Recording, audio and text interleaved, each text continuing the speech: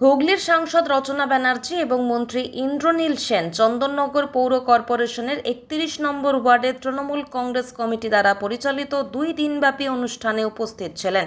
এই শিবিরে রক্তদান করেন সাংসদ রচনা ব্যানার্জি এবং স্কুল ছাত্রছাত্রীদের সম্বর্ধনা প্রদান করা হয়।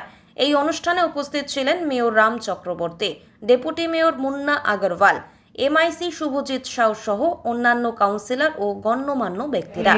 সুপ্রভাত।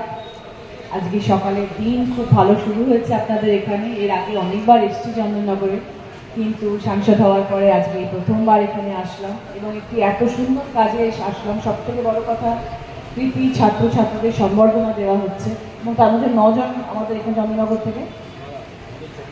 থেকে কজন হয়েছে?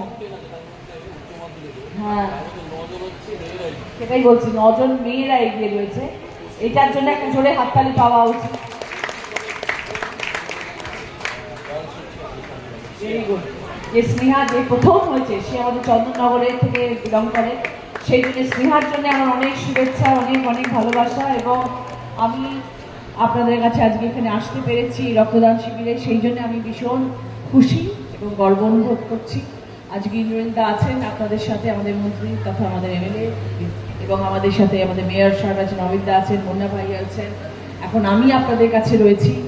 সবাই মিলে আমরা সব সময় এটাই আপনাদের কাছে বলে যাচ্ছি যে সুন্দর চন্দননগর উপহার দেবো আপনাদের সবাইকে। আপনাদের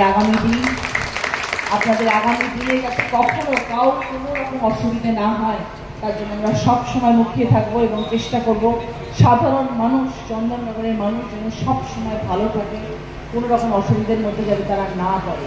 যদি পরেও কখনো, আমরা সবাই আছি তাদের পাশে এবং তাদের জন্য যা যা করার দরকার সেগুলো আমরা সবসময় করবো।